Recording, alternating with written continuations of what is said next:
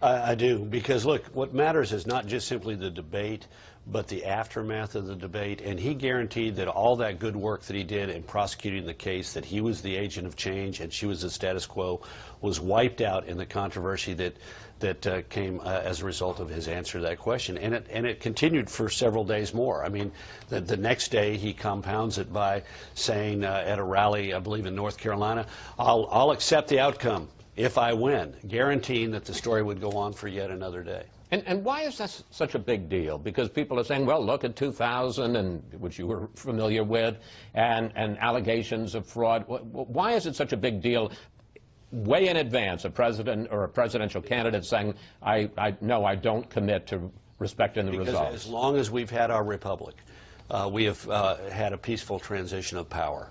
Now, there have been moments of acrimony and division, 1876, 2000, but we have had this great tradition of the peaceful transfer of power. Now, look, I want to say something about the hypocrisy of some Democrats on this.